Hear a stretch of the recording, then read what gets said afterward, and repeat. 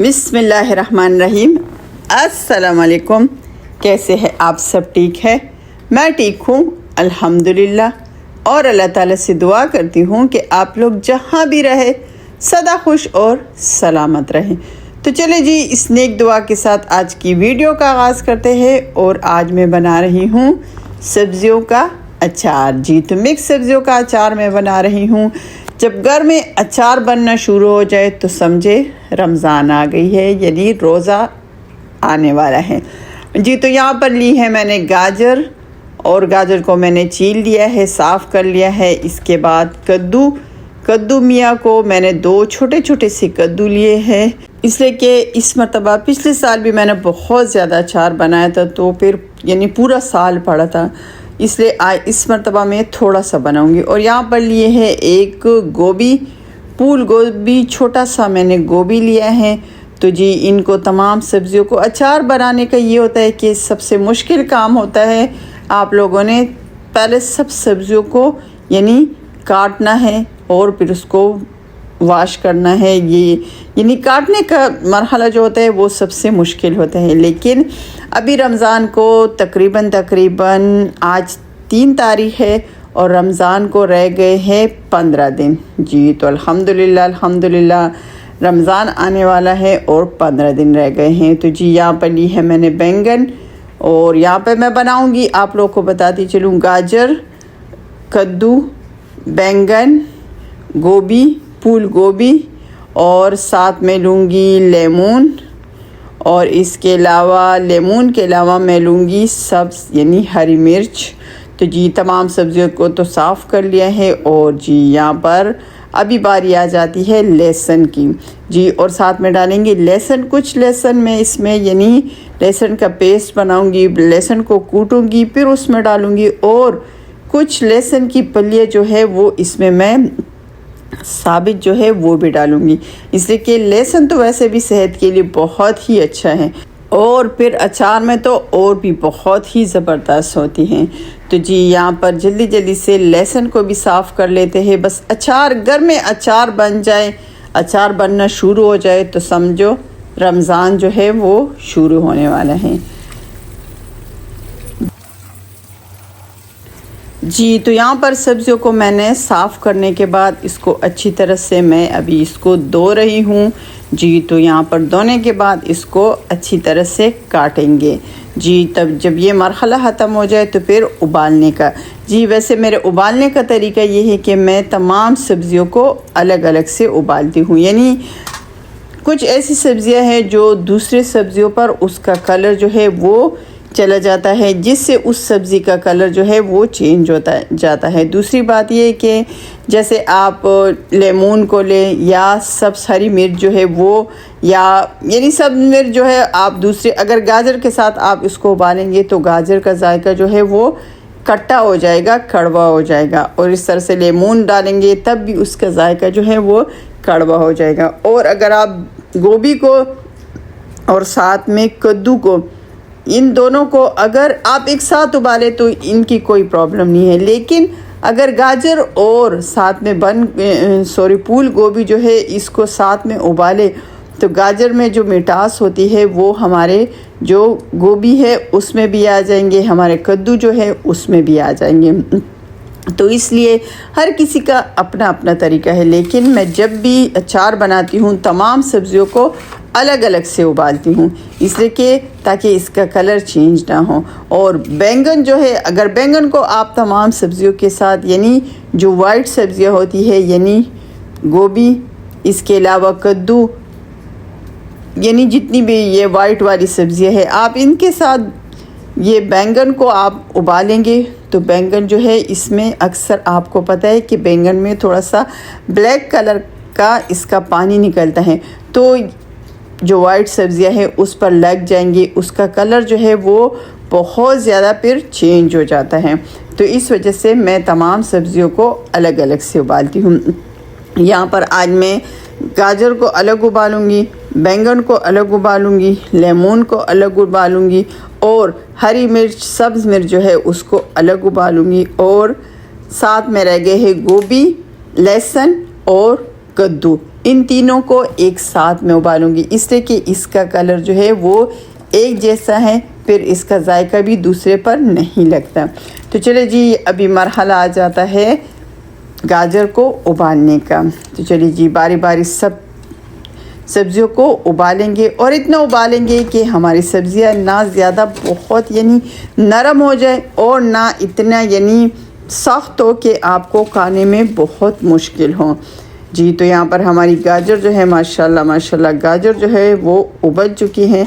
अब मैं यहाँ पर इसको चेक कर रही हूँ कि हमारी गाजर जो है वो किस तरह, ये देखिए यानी ये बिल्कुल परफेक्ट है, बिल्कुल रेडी है, यानी आप हाथ से तोड़ सकते हैं तो समझे आपकी गाजर जो है वो परफेक्ट है जी। तो यहाँ पर दोबारा मैंने पानी में कद्दू, गोभी को भी मैंने डाल दिया है, कद्दू को भी मैंने डाल दिया है और इसके अलावा मेरे पास लहसुन जो है, लहसुन को भी मैं यानी लहसुन की पल्लियाँ जो है उसको भी मैंने डाल दिया है। इन तीनों को एक साथ में उबालेंगे। तो जी यहाँ पर हमारे तीनों जो है माशाल्लाह वो भी उबल चुके हैं। बस ज़्यादा इसको उबालना नहीं है। बाज़ सब्ज़ियाँ ऐसी होती है कि जो बहुत जल्दी पक जाती है और बाज़ सब्ज़ियाँ ऐसी होती हैं जो यानी कुछ टाइम उसके पकने में लगता है जी। तो यहाँ पर देखिए हमारी सब्ज़ियाँ जो है वैसे इन कुकिंग की वजह से, इन अचार की वजह से, खाना पकाने की वजह से एक दिन जो मेरा मोबाइल है ये इसका स्क्रीन जो है वो यानी इसका कैमरा जो है वो ज़रूर ख़राब होगा। तो चलिए जी, आप दो लोग दुआ करें कि मैं नया फ़ोन दोबारा लूँ जी। तो यहाँ पर आ गई है बैंगन जी। तो बैंगन को भी अलग से उबालेंगे। ये देखिए बैंगन का बिल्कुल ब्लैक कलर का पानी निकल चुका है। तो बैंगन को मैं अलग से चन्नी से निकाल कर डालूंगी, इसलिए कि वो पानी इसके ऊपर आ जाएगा। तो बिल्कुल बैंगन से बिल्कुल ब्लैक कलर का पानी निकलता है, जिससे तमाम सब्ज़ियाँ जो है वो ख़राब हो जाती हैं।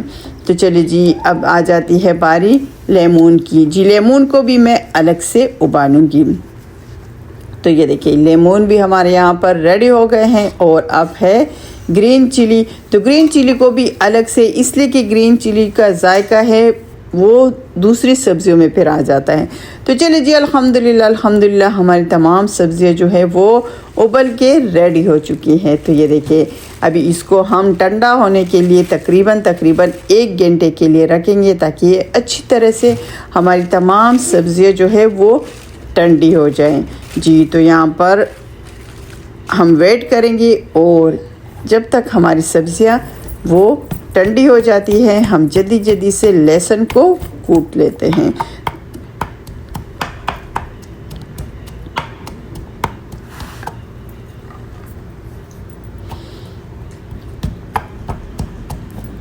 जी तो यहाँ पर हमारा लहसुन भी माशाल्लाह, वैसे लहसुन मैंने बहुत ज़्यादा डाला है, इसलिए कि लहसुन मुझे वैसे भी लहसुन अच्छा लगता है, लहसुन सेहत के लिए भी बहुत अच्छा है, तो इसलिए मैं लहसुन ज़्यादा यूज़ करती हूँ। तो चले जी, 1 घंटा गुज़र चुका है और हमारी सब्ज़ियाँ जो है माशाल्लाह बिल्कुल ठंडी हो गई है।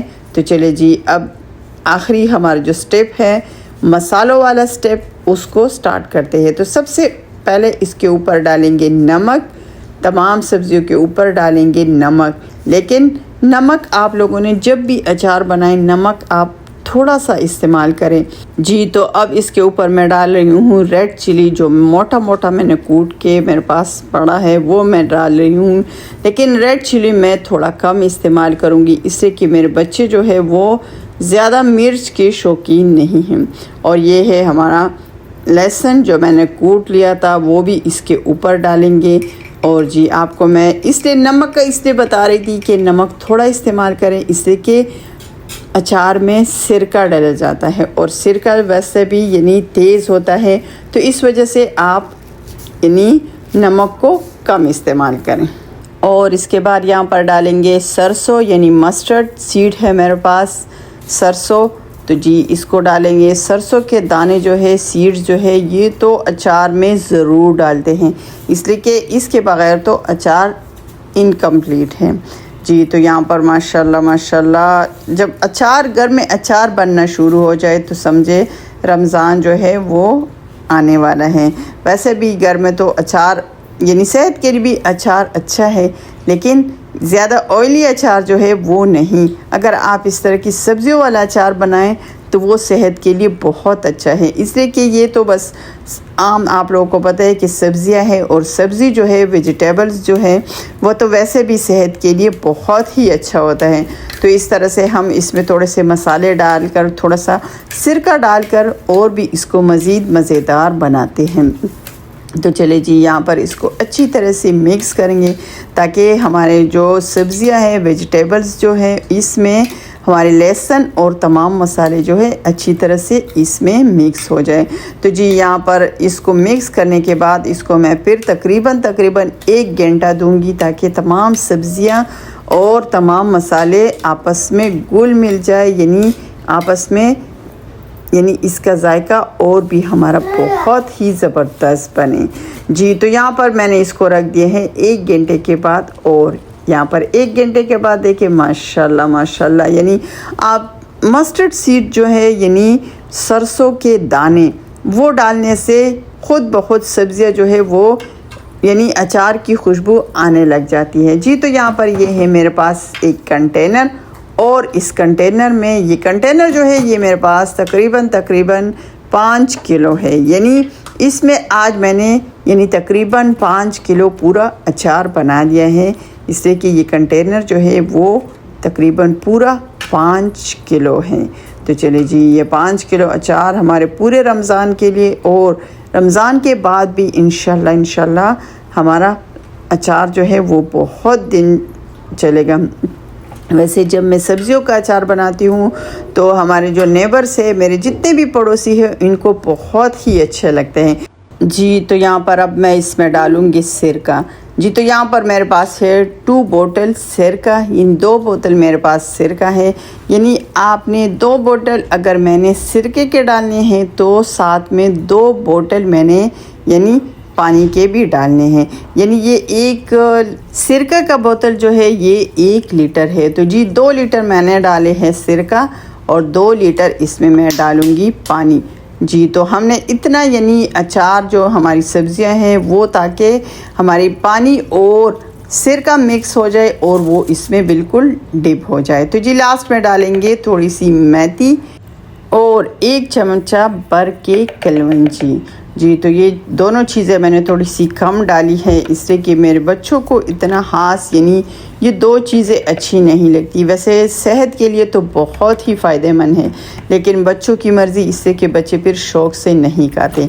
जी तो यहाँ पर माशाल्लाह माशाल्लाह हमारा अचार जो है वो हो गए हैं रेडी।